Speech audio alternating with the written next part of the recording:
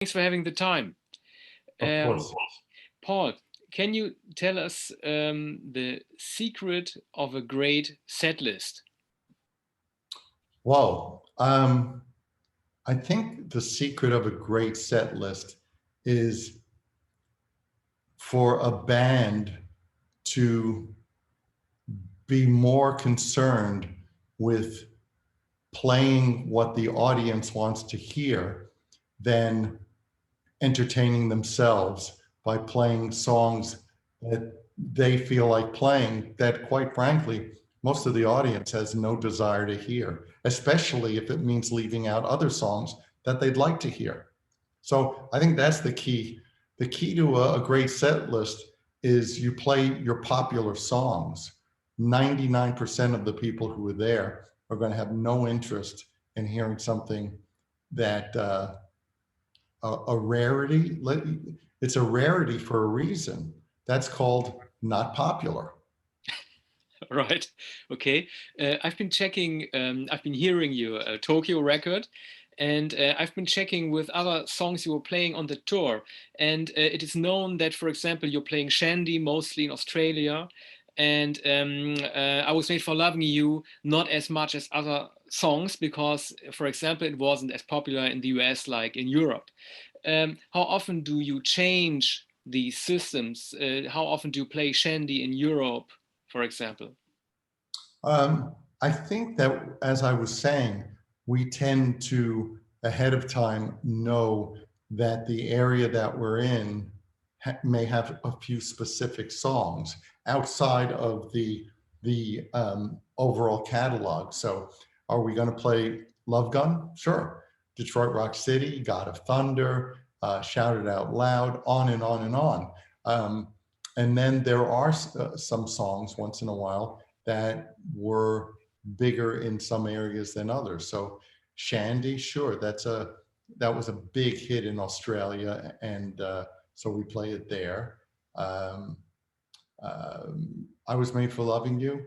We've been playing that on the end of the road tour in the States and everywhere. It's over the years, it's become pretty much an international standard. I'm always uh, amazed because at one point, for example, when we would do some of the heavier festivals, for example, um, we weren't sure we should play it for that audience. And sure enough, you play it, and the guys who have just seen some band singing about killing your pets, that same audience is suddenly singing, I was made for loving. So, that song has transcended most of the stigma that was ever attached to it. Mhm. So the artwork of the record and the bootleg character of it, for me, it seems like the whole market for live CDs or live albums has changed, and it reflects it. Because when I think about a live one, two, or three, it was a very huge, glamorous thing, and this seems to be, at least in its optics, more low key. How did you see the changing market for live records? Well, I think that as technology allowed people in the audience to record, which was pretty much unheard of when the band started, for example, because a quality tape recorder or recording machine wouldn't fit in your pocket. So I think over the years, it's become much more commonplace for bootlegs to appear. The ultimate bootleg is ours. The ultimate bootleg, in other words, is one that comes from our soundboard. So having as many live recordings as we do, uh, we just thought, gee, if people want this, and if they're buying something that's kind of inferior quality, let's give them something really good. So uh, this is right off the board, and it sounds damn good. Mhm. I really like, as every fan, the show scenes. the moments when you are flying in the plateau in the middle of the arena and Gene spitting blood. And these are things that cannot be heard, but more seen. How do you see the Mhm. challenges in releasing a live record where it cannot be seen that Gene is spitting or that you are flying? Well, I can answer that two ways. And that's we've never put a smoke bomb into our albums, and yet people know that that's part of the show. So ultimately, music has to stand on its own. You know, a a um, a a uh, a stage effect only is shocking once. You know, it may be fun to watch, but ultimately you're a band, you're a musical, we're a musical band. So people are buying music. They can certainly envision in their minds, if they choose to, what they imagine going on at that time. But we've always had a mixed audience. We have an audience that loves the live show and the music. We also have an audience that is not fond of the live show but loves the music. So it takes all kinds. Um, that said, uh, the live recordings stand on their own, because you can't put a laser in it, you can't put a smoke bomb in it, you can't have the recording levitate. None of that happens. It's about the music. When you listen to it now, and Ace Frehley was in the band, how would you, or can you compare the playing of Tommy and Ace? What are the main differences, and how do you hear it when you hear it now? um, Tommy is very, very consistent. Tommy is always, he always hits the bullseye, and there's never any question about that. And with Ace, I have to say, there was a certain amount of erratic playing. You didn't really know night to night what you were going to get, I have to say. Um, so the band as it is now is much, much, much more consistent. Mhm. We're always in sync with each other and always on point. Um, you know, the band as we know it today, they're in All the right, beginning. all right. And the connection was just a bit Uh, bad. Sorry. So now I'm back. Okay, okay, okay. Um, um, as I'm the first to say that the band wouldn't exist today without having had Ace and Peter in the beginning. And I can also say the band wouldn't exist today if Ace and Peter were still there. So things move on, and certainly Ace, his playing is part of the foundation of what we do. Yeah, I mean, it seemed to be a very also stressful time, 2001, because Peter was leaving the band and you were recruiting Eric, but it doesn't reflect on the record. So this is something that might not be known for everyone, that this was a challenging time as a live band, probably. Well, thankfully, Eric is a phenomenal drummer and had played with the band for decades, I think. So he was very, very ready. It wasn't a spur of the moment happening that brought Eric into the band. We saw that coming. Uh, that was very obvious because of some of the tensions or um, lack of quality um, in Peter's playing at some point, frankly. So Eric was always ready to come in, And Ace loved playing with Eric. So, you know, it was great. It was transitional. It was a time of transition, but we had fun. I have to say, you know, I remember being in Australia, and we were all out to dinner, which was not anything that had happened for years before. And the four of us are out to dinner, and Ace was going, I love playing with Eric. So, um, you know, this board recording is really good. It's really, really good. Yeah. So, uh, how did you choose which records you will follow up to this? For example, I have to say that I sometimes watched one of these video clips where people are being rude in the audience and you saying, "Don't do it again," or "I will kick your ass," or something. Can it happen that some of these verbal fights will also find its way to the record series? Um, those are well documented on YouTube I know. and video sources. But honestly, to hear that every time you play an album would be awful. It would be a distraction. If you break a string on stage, do you want to hear that every time you hear the album? Um, if you know, if you drop your guitar, do you want to hear that every time? So, you know, I think there has to be a tasteful amount of editing to make for something that will stand the test of time, and that you won't find any part distracting. You know, if you have somebody in the audience call something out, I don't think you really want to hear that every time you hear the album. So, do I think those kind of um, fights or interactions with audience members are going to be on an album? No.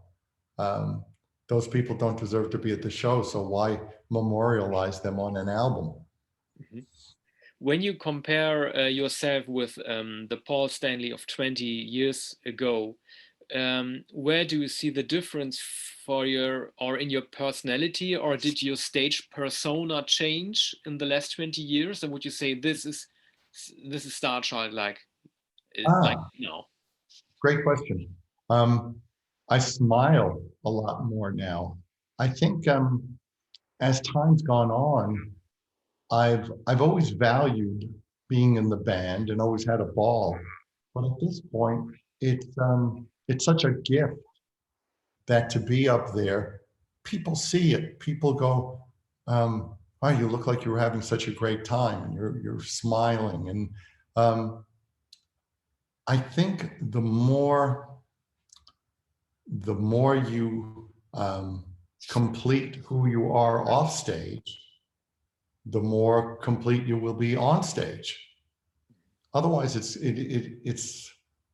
it's one dimensional, you know. So I think as time has gone on, and I've grown or experienced more things, I think what I do on stage has become much um, has more depth. It has more connection and meaning to people in the audience.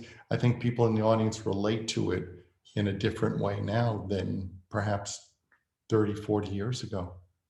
Yeah. When I listened to the record, I liked it that you were including a by then new track like Circus. My favorite decade of yours was actually the 80s. I was very happy to hear Heavens on Fire. I think it's your best track. I love this one. Um, when What was one of the most oddest or strangest tracks you were including on that tour or another tour, which you really like to hear or to dig out for another record? That's a good question. I'm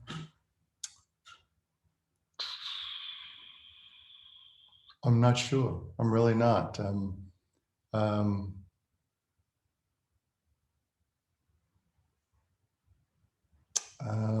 there's a good song on.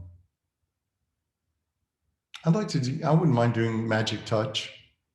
Mhm. or doing "Is That You" Yes, from perfect. Unmasked. Yeah. That's a good one. So it's so difficult because for every song you add, you have to take out a song, and I don't want to lose Black Diamond, Shout It Out Loud, Rock and Roll All Night, Detroit Rock City, Love Gun, um, God of Thunder. You know, the list goes on and on, and so it really becomes a dilemma about what we can lose to add something. I would really actually love to attend a Kiss concert where you were actually starting with Rock and Roll All Night and ending with Detroit Rock City. Has it ever occurred that you were mixing, really mixing the dramatization of the thing up? We have done Detroit Rock City as an encore, Mhm. but we always ended the show. Maybe once or twice we didn't to try something else, but we always end the show with Rock and Roll All Night because besides being an anthem, it kind of sums up the ultimate Kiss philosophy and the song that has endured as the signature song. So when all is said and done, I think it's the best way for us and the audience to raise our hands one more time. Mhm. Is it actually possible to recognize the audience by its cheering from country to country? Well, that's interesting. Uh, in some countries, there are um, songs or chants that they may sing uh, that are very much characteristic of that area. Um, so yeah, I mean, there are some audiences that you can tell, you know. So yeah, there are some audiences um, from country to country. Often you can tell the difference, Okay. not necessarily city to city. Okay. And will you be releasing records, live records from other decades as well, like from the 70s, or will it go up from this, from 2001, more chronologically until today? Good question. And I don't know the answer. We'll see how this one is received. And that will play a major part in deciding where we go from there. But we certainly have hundreds of boards because we would take them out. Mhm. I have one final question. May I ask you about the last final farewell tour you'll be doing next year? You Mhm. might not want to spoil the surprises to say who will be guest musicians, but what can you tell us about the people coming to you as guests on your stage? Well, if I knew today, it would be a surprise because I have no idea. Um, it needs to be special, and there's no shortage of Kiss fans who are in other bands that might be interesting. We really haven't given it that much thought because we have a long way to go before that last show. This is kind of like in America, we have the express train and the local. The local train stops at every stop. That's the train we're on right now. We're making every stop. So to think about the last stop, too hard right now. Mhm. But it's great to see you doing well, and COVID hasn't done anything bad to you, and it's great to be talking to you. Well, it's great. I count my blessings, and knowing how many people have been devastated, either health wise or financially, or losing loved ones. It's been just a nightmare, and I'm fortunate, and my family is fortunate, and I hope if something good can come of this, it would be that people realize how much they need each other, Mhm. and that when someone needs some support, we should make sure we're there. And when we need support, we shouldn't hesitate to reach out to someone else. So I think many people got through this pandemic and are still going through it because they have support, friends, family, and that we should never forget. That's key to everything. Mm. And you were the first one to comment on the riot in the Pentagon. You were the first star on Twitter to comment on it. It was very great, Paul. Hmm. I don't remember being the first. Yeah, but, I scanned it as a journalist.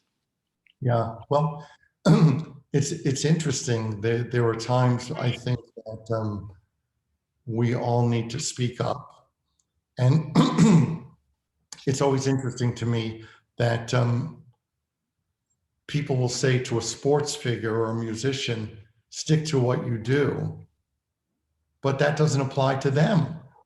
So everybody on the street gets to have an opinion, but someone else thinks I shouldn't.